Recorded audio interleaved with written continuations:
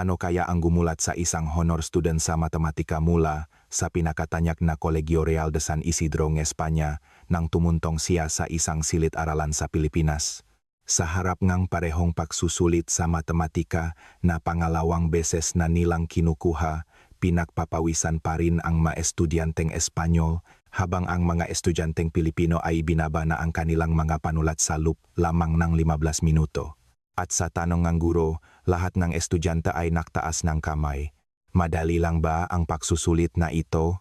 Ang nakakagulat na eksenang ito na direktang kinunan ng isang documentary team mula sa RTVE, Radio Televisión Española, ay ipinalabas sa buong mundo at yumanik sa sistema ng edukasyon sa Espanya. Paano nangyari na ang isang bansa na kilala sa mga hamon nito sa pandaigdigang edukasyon ay nakakalikha ng mga henyo na kayang makipagsabayan sa buong mundo? Ang milagro sa edukasyon na nasaksihan ng isang dalagang Espanyol na nangangarap makapasok sa Universidad Complutense. Ngayon, simulan na natin ang kwento. Kung nakatulong sa inyo ang video na ito, mangyaring mag-subscribe at I-like. Malaking tulong ang inyong pag-subscribe at pag-like para makagawa pa kami ng mas magagandang video. Magandang araw.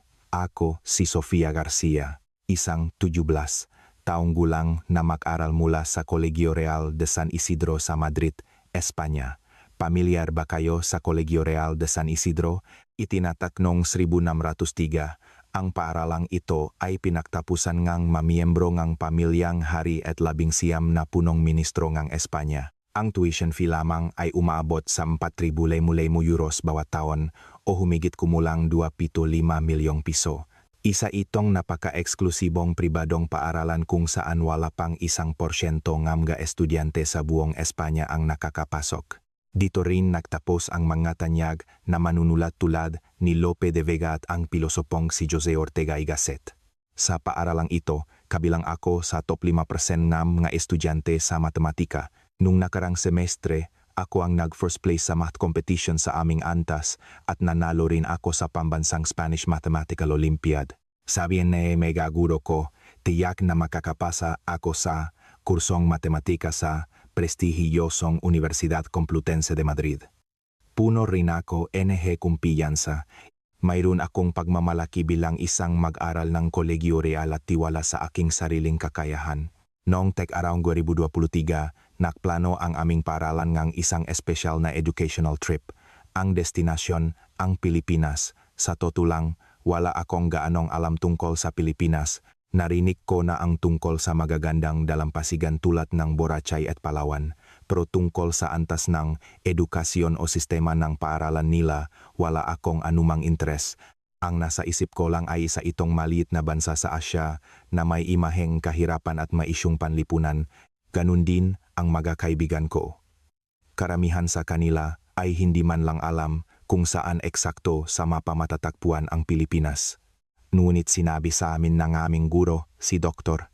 Ramos, na ang Pilipinas, partikular ang mga piling paralan nito tulad ng Philippine Science High School, ay naglalabas ng mga estudyanteng lahing nananalo sa mga pandaigdigang math Olympiads.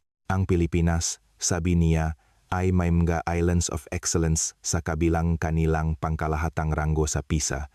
Ang PISA ay ang pinakakilalang pagsusuri sa edukasyon sa buong mundo na pinangangasiwaan ng OECD. Sinusukat nito ang kakayahan sa pagbasa, matematika at agam ngang 15 taong gulang na estudyante tuwing 3 taon.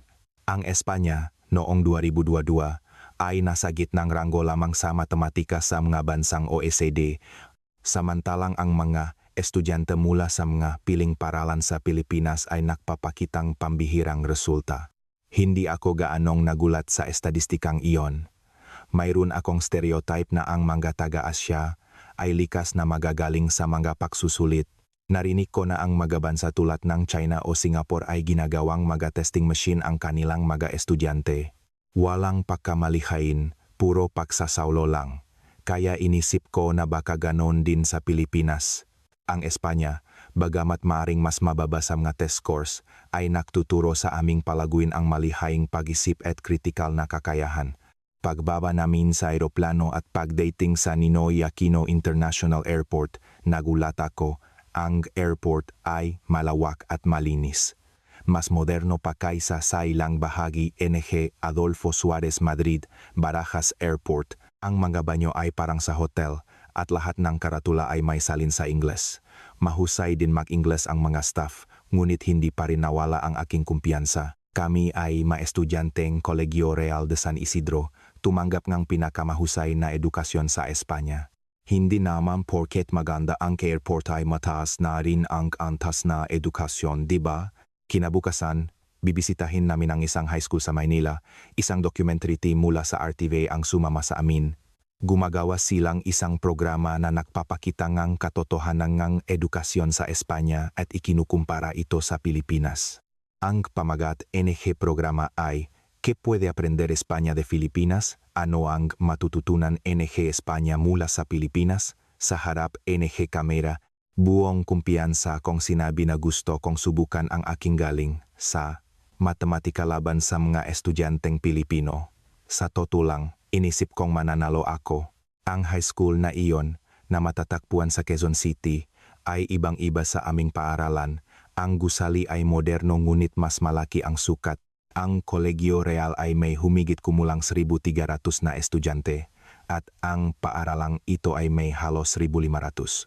Halos pareho ang bilang, ngunit ang kapaligiran ay makaibang-makaiba. Ang Colegio Real ay kilala sa mga antigong gusaling bato at malalawak na hardin, samantalang ito ay gawa sa salamin at konkreto, isang modernong istruktura. Pagpasok namin sa silid-aralan, ang unang napansin ko ay ang katahimikan. Sa Espanya, karaniwan na ang mga estudyante ay nag-ingay at nagbibiruan bago magsimula ang klase. Ngunit dito, ang mga estudyante ay nakaupo na sa kanilang mga mesa at tahimik na nag-aaral. May isang estudyanteng nagsasagot ng math workbook at may isa namang nagsasaulong nga salita sa Ingles. Mayroon pang ang ilan na nagre-review ng kanilang mga tala mula sa klase kahapon. Naging awkward ako sa tanawing ito. Sa aming paralan, ang recess o oras bago ang klase ay oras para makipagkwentuhan sa mga kaibigan. Tiningnan kami nga estudyanteng Pilipino na may kuryosidad sa kanilang mga mata.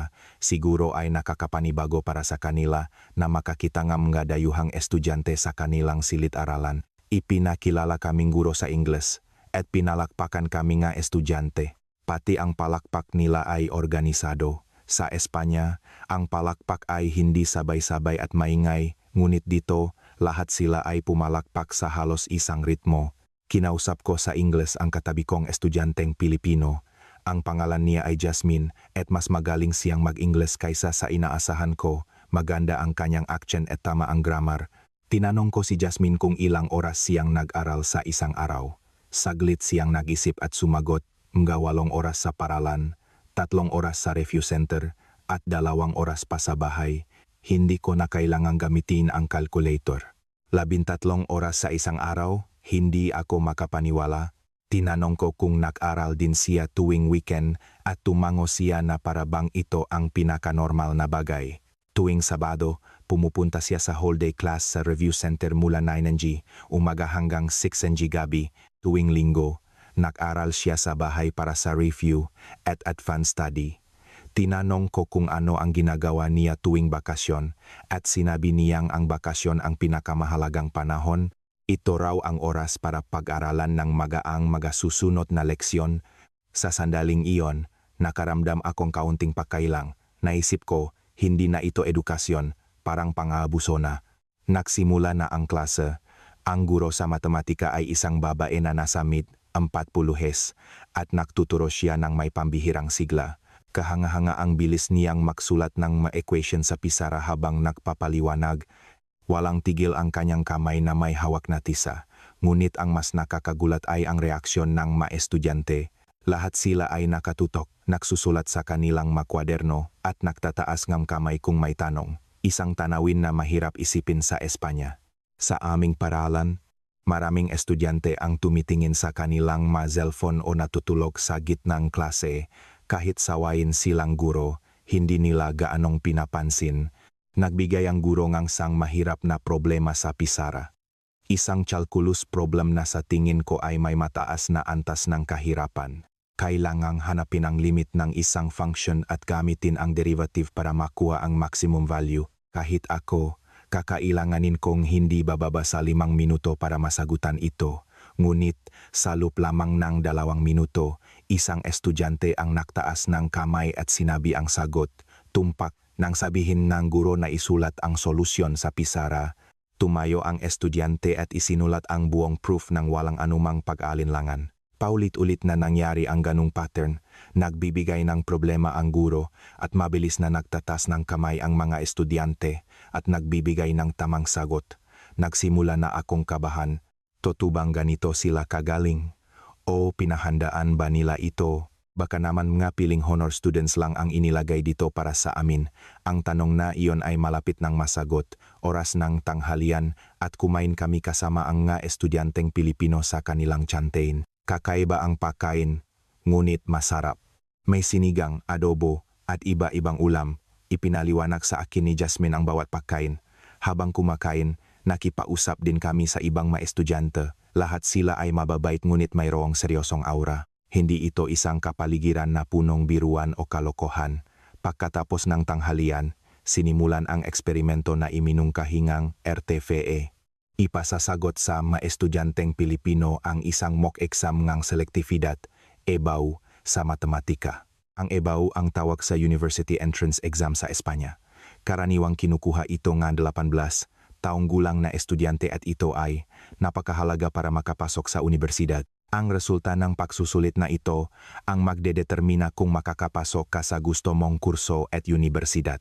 2 beses kong kinuha ang pagsusulit na ito. Noong una, kulang ako sa paghahanda kaya hindi ko nakuha ang markang kailangan ko. Kaya kumuha ako ulit pagkatapos ng 6 na buwan at sa pangalawang pagkakataon, doon ko lang nakuha ang gradong sobresaliente outstanding. Ganon ito kahirap. Lalo na ang mahuling problema na nangangailangan ng matinding analytical skills, ipinamahagi na ang test paper. 30 estudyanteng Pilipino at kaming 5 estudyanteng Espanyol ang kumuhang pagsusulit sa isang silit. Ang oras ay 90 minuto. Mayroong 25 na tanong na sumasaklaw sa algebra, geometry, probability at statistics. Habang tinitingnan ko ulit ang mga tanong, naramdaman kong mahirap pa rin ito. Lalo na ang Hashonenine na geometric proof at ang H23 na probability calculation. Nagsimula akong mag-focus sa pagsasagot. Ngunit 15 minuto pa lang ang nakalipas. May narinig akong tunog ng panulat na ibinababa. Nang tumingala ako, isang estudyanteng Pilipino ang tapos na. Itiniklop niya ang kanyang test paper at tahimik na umupo. Nagulat ako. 15 minuto para sa isang 90 minutong pagsusulit, baka naman sumuko na siya. Pero hindi to unaw sa ipasang pagkipigla ko. Pagkalipas ng 5 minuto, isa na namang estudyante ang nagbabangang panulat at isa pa para silang magadomino na sunod-sunod na natutumba. Paglipas ng 20 minuto, 25 sa 30 estudyanteng Pilipino ang tapos na. Ang natitirang 5 ay natapos din bago pa man sumapit ang 30 minuto. Ako, ni kalahati ay hindi ko pa natatapos. Pinagpawisan akong malamig, nanginginig ang aking makamay at hindi ako makapag-concentrate. Ganun din ang makasama kong Espanyol. Bumulong sa akin ang katabi kong si Thomas. May mali dito, hindi ba? Paano nila ito nagawa ng ganon kabilis? Nagduda rin ako. Baka naman nakita na nila ang matanong na ito? O baka sila ay mahenyo na sinanay para dito? Ngunit nalaman ko kalaunan na ang paralang ito, bagamat isang science high school, ay isang pampublikong paralan. Hindi ito isang paralan para sa mayayaman. Pagkatapos ng pagsusulit, lumabas ang resulta. Ang average score ng mga estudyanteng Pilipino ay 92 sa 10. 20 sa 30 ang nakakuha ng 9 pataas. At may 5 nakakuhang perpektong 10. Sa kabilang banda, ang average naming na Espanyol ay 73, nakakuha akong 78 na kung isipin na pangalawang beses ko nang nakita ang pagsusulit ay nakakahiya. Ang mga estudyanteng Pilipino na unang beses, itong nakita ay mas mataas pa ang nakuha kaysa sa akin, ngunit ang tunay na pagkabigla ay dumating sa sumunod na sandali. Tinanong ng guro ang mga estudyanteng Pilipino, "Kumusta ang pagsusulit?" Isang estudyante ang nagtaas ng kamay at nagsabi, "Medyo madali lang po." Hindi ako makapaniwala sa narinig ko. Madali? Ang pagsusulit na 2 beses kong kinailangan kunin? Muling nagtanong ang guro, sino sa inyo ang nagsasabing madali lang ang pagsusulit? Itaas ang kamay. Sa sandaling iyon, hindi ko pinaniwalaan ang aking mamata. Lahat ng 30 estudyanteng Pilipino sa silid-aralan ay nagtaas ng kamay, walang ni isang exception. Napanganga ako. Kinukunan ng close-up ng RTVE camera ang aking reaksyon, ngunit wala akong pakialam. Pakiramdam ko ay gumuho ang buong pagkatao ko. Ininterview ng RTVE ang ilang estudyante. Sabi ngang isa, ang mga ganitong problema po ay napag-aralan na namin noong grade 10. Sa high school, mas mahihirap na problema ang sinasagutan namin. Sabi naman ng isa pa, ang pagsusulit ng Espanya, parang basic concepts lang ang kailangan para masagutan. Ang UCAT, University of the Philippines College Admission Test, o mga mock exam namin ay nanggangailangan ng application at analytical skills, pero ito parang sapat ng tamang computation. Lalo akong nabigla sa narinig ko. Ang problemang inakala kong mahirap ay itinuturing na basic level lang sa Pilipinas. Paano ba talaga tumatakbo ang edukasyon dito? Nang gabing iyon, binisita namin ang isang lugar na tinatawag na University Belt o U-Belt sa Maynila. Isang lugar na kilala bilang sentrong edukasyon sa Pilipinas. Doon ko nalaman ang tunay na sikreto ng edukasyon sa Pilipinas. Ang mga kali ay puno ng mga karatula ng mga review center, matematika, Ingles, agam, pagsulat, programming, kasaysayan, alas 7 na ng gabi. Pero ang mga kalsada ay puno pa rin na mga estudyante. Walang tigil ang pagpasok nga estudyanteng naka-uniforme sa mga gusalingang review center. Ang ilan ay may hawak na kape habang tumatakbo. Ang ilan naman ay naglalakad habang nagbabasa ng libro. Pumasok kami sa isang review center na espesyalista sa matematika at agaham, isang 10 palapag na gusali, at bawat palapag ay para sa iba't ibang antas ng mga estudyante. Ang first at second floor ay para sa junior high school, third to seventh floor ay para sa senior high school, at ang 8th at 9th floor ay para sa mga kumukuha ulit ng college entrance exams. Ang 10th floor ay isang special class para sa mga pinakamagagaling na estudyante. Giniya kaming direktor ng center, at lalo kaming namangha sa kanyang mapaliwanag. Ang review center ay hinahati ang mga estudyante based sa kanilang level. Kahit makaklase sila sa paralan, iba-iba ang kanilang klase dito based sa kanilang galing. Mayroong 7 levels, mula sa pinakamababa hanggang sa pinakamataas. Para makataas ng level, kailangan nilang makakuha ng tiyak na marka sa buwan ng pagsusulit. Sumilip kami sa bintana ng isang silid-aralan, mag-grade 11 na estudyante, at ang nakasulat sa pisara ay tungkol sa differential equations. Ito ay isang paksa na sa Espanya, sa universidad ko pa lang matututunan. Ngunit dito, ang mga 17 taong gulang na ito ay sinasagutan na ito. Habang pinapanood ko ang mga estudyanteng mabilis na sumasagot sa tanong ng guro, sa unang pagkakataon, nakaramdam akong malalim na inferiority complex. Ipinaliwanag ni direktor kung bakit ganito mag-aral ang mga estudyanteng Pilipino dahil daw ito sa college admissions. Sa Pilipinas, may paniniwala na kung saang universidad ka nagtapos ay malaki ang epekto sa iyong buhay. Para makapasok sa mga nangungunang universidad tulad ng University of the Philippines, Ateneo de Manila University o De La Salle University, kailangan mong mapabilang sa top 1% ng bansa. Kaya naman, ang mga estudyante ay nagsisimulang maghanda para sa college entrance exams mula pa nung elementarya. Tinanong ko, hindi ba sila nagiging malungkot kung puro pag-aral na lang? Saglit na nag-isip ang direktor at sumagot, siyempre, may mga nahihirapan, pero para sa maraming estudyante, ito ay isang landas na sila mismo ang pumili para sa kanilang nga pangarap at para sa kanilang pamilya. Ang Pilipinas ay isang developing country para makaahon sa hirap, edukasyon ang tanging sandata. Iyon ang kultura na nagpapatuloy hanggang ngayon. Ipinagpatuloy ng direktor ang kanyang paliwanag. Pagkatapos ang ikalawang digmaang pandaigdig, wasak ang aming bansa. Ngunit ang mga magulang ay handang isakripisyo ang lahat para sa edukasyon ng kanilang mga anak. Sila ay magtatrabaho sa ibang bansa bilang mga OFW para lang mapag-aral ang kanilang mga anak sa magandang paaralan. Bilang resulta, ang Pilipinas ay may isa sa pinakamataas na literacy rate sa Asia. Ang pagpasok sa magandang universidad ay hindi lang para sa sarili, kundi para sa buong pamilya. Ito ang sikreto sa katatagan ng Pilipino. Noon ko lang naintindihan.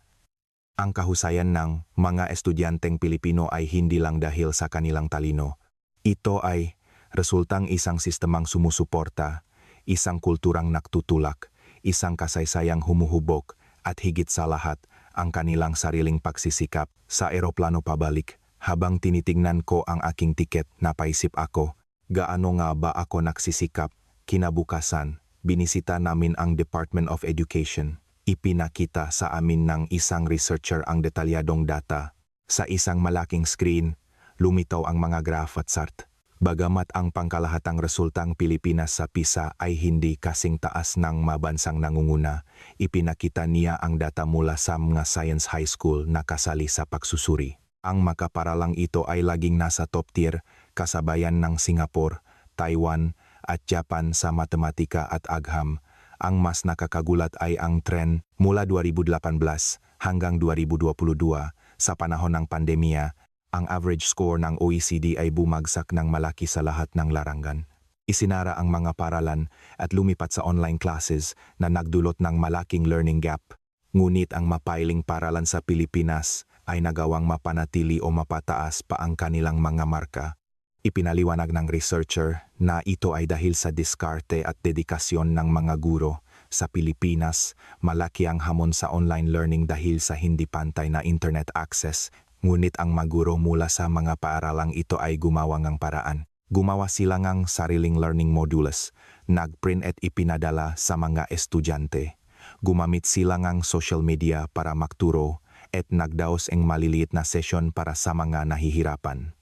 Ayon sa researcher, 73.5% ng magurong ito ay gumamit ng sarili nilang gawang content para sa klase. Hindi lang sila basta nag-play ng video mula sa YouTube. Sila mismo ang gumawa ng mga lesson plan, PowerPoint, video, at quiz na akma sa kanilang mga estudyante. Kahit Sabado at Linggo ay naghahanda sila ang materyales. Ano naman ang nangyari sa Espanya? Nagkaroon din kami ng online classes, ngunit maraming estudyante ang walang mayos na internet connection. Nangako ang gobyerno na magbibigay ng mga laptop, ngunit ilan lang ang aktual na nakatanggap.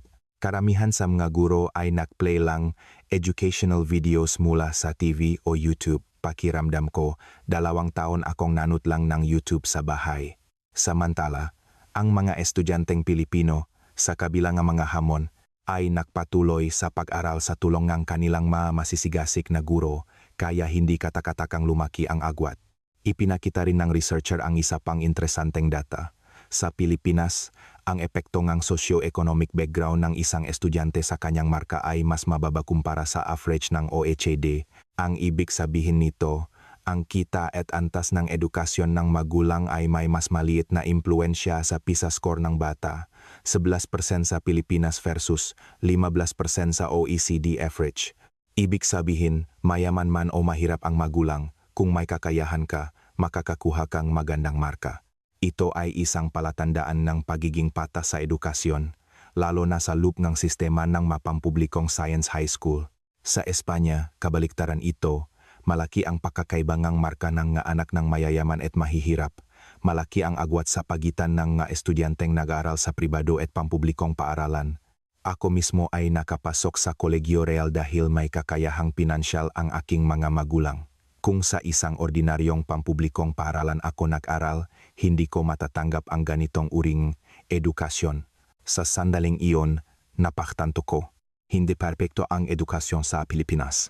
Malaki ang presyo na nararamdaman ng mga estudyante at matindi ang kompetisyon.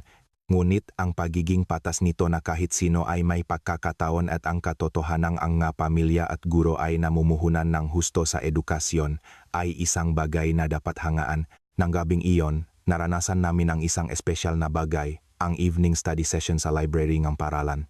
Maraming high school sa Pilipinas, lalo na ang mas science high school, ang nagbubukas ng kanilang library hanggang gabi para makapag-aral ang mga estudyante. Hindi ako makapaniwala na may mga estudyanteng nananatili sa paralan hanggang alas 9 gabi. Sa Espanya, alas 4 pa lang ng hapon, wala nang tao sa paralan. Kahit may extracurricular activities, alas 5 ay umuwi na ang lahat. Bumalik kami sa paralan ng alas 8 ng gabi. Nakakagulat, Ang mga ilaw sa bawat silid-aralan at sa library ay nakabukas pa. Ang mga estudyante ay tahimik na nakaupo sa kani-kanilang pwesto at nag-aaral. May nagsasagot ng math problems, may nagsasaulo ng English vocabulary, at may gumagawa ng science report. Mayroon ding nakikinig sa online lectures gamit ang earphones. Nandun din sa kanilang opisina ang mga guro. Handa silang sumagot anumang oras kung may tanong ang mga estudyante. Isang guro ang nagbibigay ng one-on-one tutorial habang ang isa naman ay nahahanda ng materyales para sa klase kinabukasan. Tinanong ko, hanggang ganitong oras po ba kayo nagtatrabaho? Ngumiti ang isang guro at sumagot, kung nasaan ang mga estudyante, dapat nandun din kami. Trabaho namin ito. Tinanong ko si Jasmine, hindi mo ba gustong umuwi at magpahinga? Ngumiti siya at sumagot, kapag nasa bahay ako, mas madali akong madistract. Gusto kong manood ng YouTube o maglaro. Dito sa paralan, dahil lahat ng kaibigan ko ay nag-aaral, natural na nakakapag-focus din ako. At idinagdag niya, 1 taon na lang ng tiis, papasok na ako sa universidad at pagkatapos nun, makakaroon na ako ng kalayaan. Iniisip ko na lang na investment ang oras na ito. Nalungkot ako sa sinabi niya, 17 taong gulang na ipinagpapaliban ang kalayaan para sa hinaharap. Ngunit kasabay nito, humanga ako. Ang kakayahang isakripisyo ang kasalukuyan para sa isang layunin. Hindi ko pa iyon nagawa. Ginagawa ko lang kung ano ang gusto ko at nag-aral lang ako sa minimum na kailangan. Akala ko, iyon ang kalayaan. Pero hindi batang tunay na kalayaan ay nakmumula sa pagkakaroon ng kakayahang pumili. Kung wala kang kakayahan, limitado rin ang iyong mga pagpipilian. Pagsapit ng 10:00 ng gabi, nagsimula nang umalis ang mga estudyante. Ngunit may ilan pa ring naiwan at nagpapatuloy sa pag-aral. Sabing guro, pwede silang manatili hanggang 11:00. Isasara na raw ang gate ng paralan paglampas ng 11:00 para sa seguridad. Habang pinapanood ko ang eksenang iyon, nakaramdam ako ngang init sa aking dibdib. Ito pala ang dahilan kung bakit, sa kabilang lahat ng hamon, matatak ang bansang ito.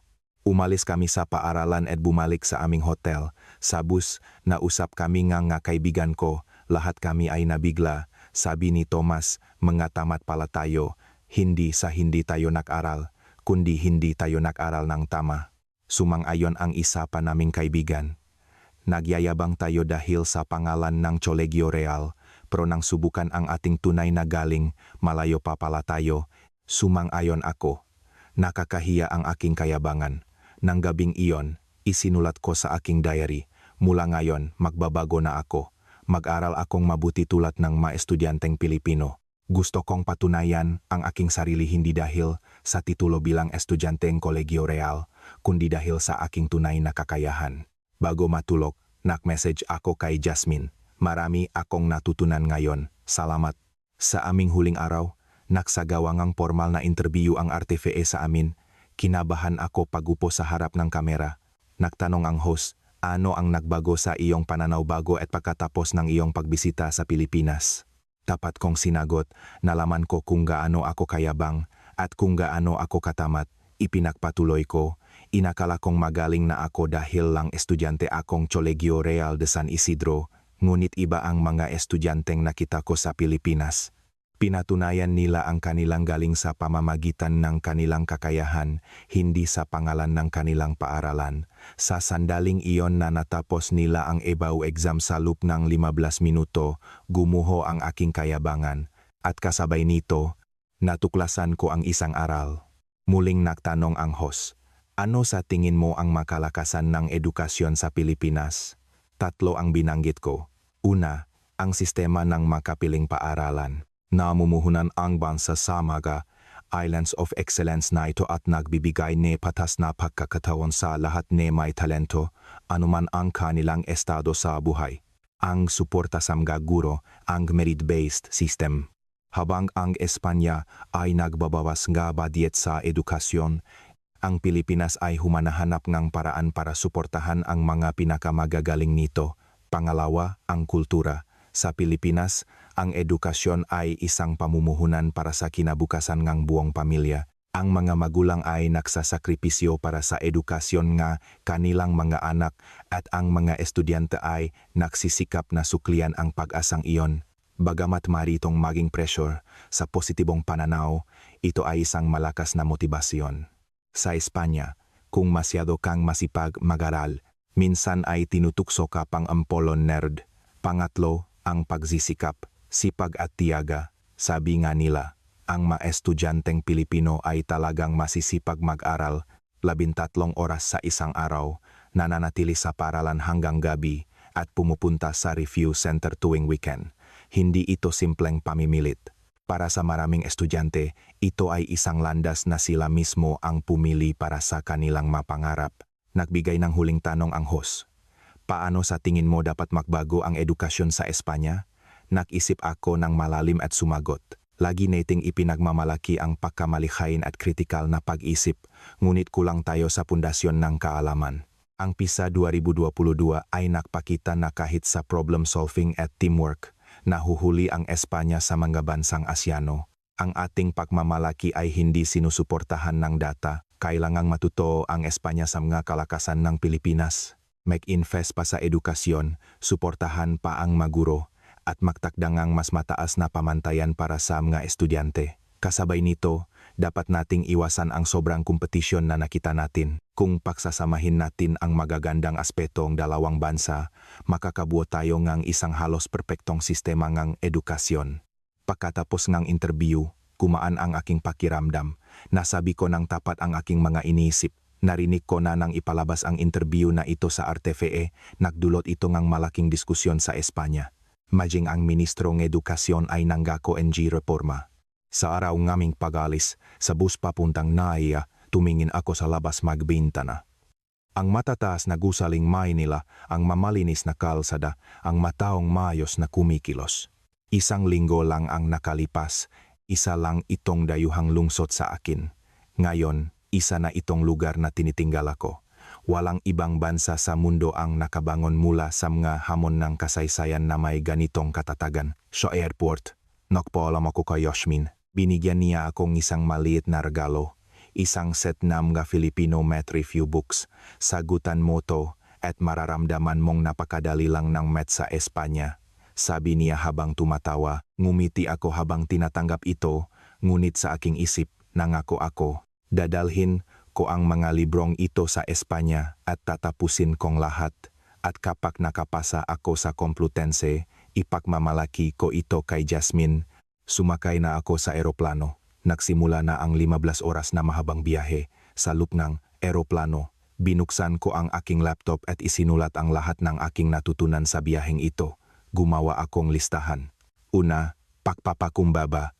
Malawak ang mundo at maraming magagaling na tao. Pangalawa, ang halaga ng pagsisikap. Mas mahalaga kaysa sa talento ay kung gaano ka kasipak. Pangatlo, ang kahalagahan ng sistema. Mahalaga ang pagsisikap ng isang tao, ngunit kailangan din ng isang lipunang sumusuporta dito. Pangapat, pagiging patas.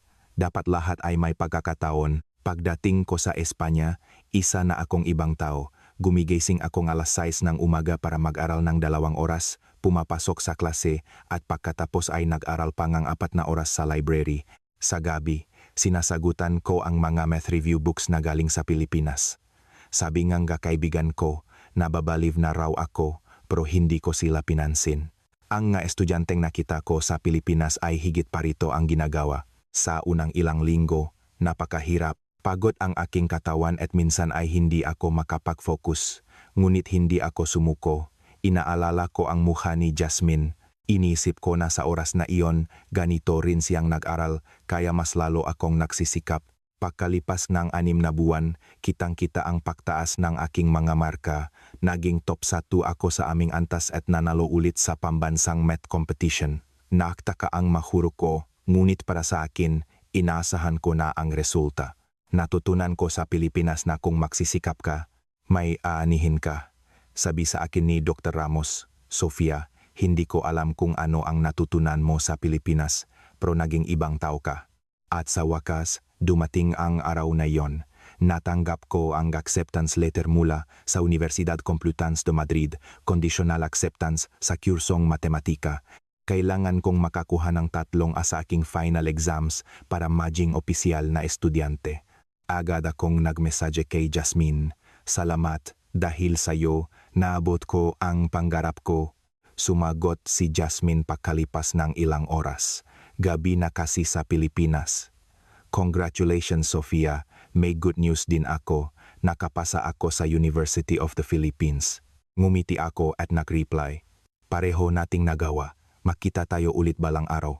Sa susunod, ako naman ang pupunta diyan at mag-aral na akong magtagalog. Hanggang ngayon, paminsan-minsan ay naalala ko ang araw na iyon.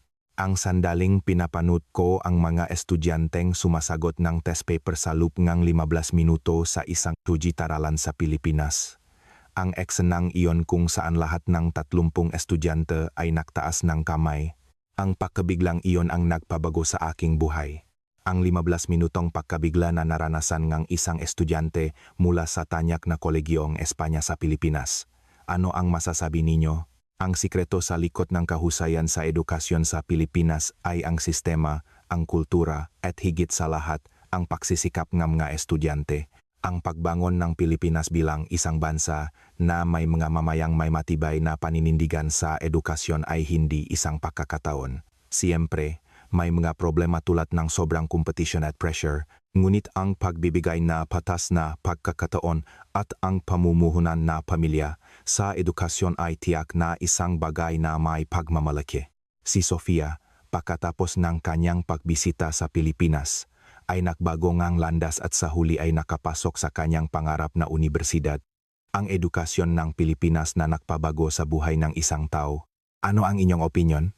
Kung nakatulong sa inyo ang video na ito, mangyaring mag-subscribe at i-like at ibahagi ang inyong nga komento. Makita-kita tayo muli sa susunod na kwento. Salamat po.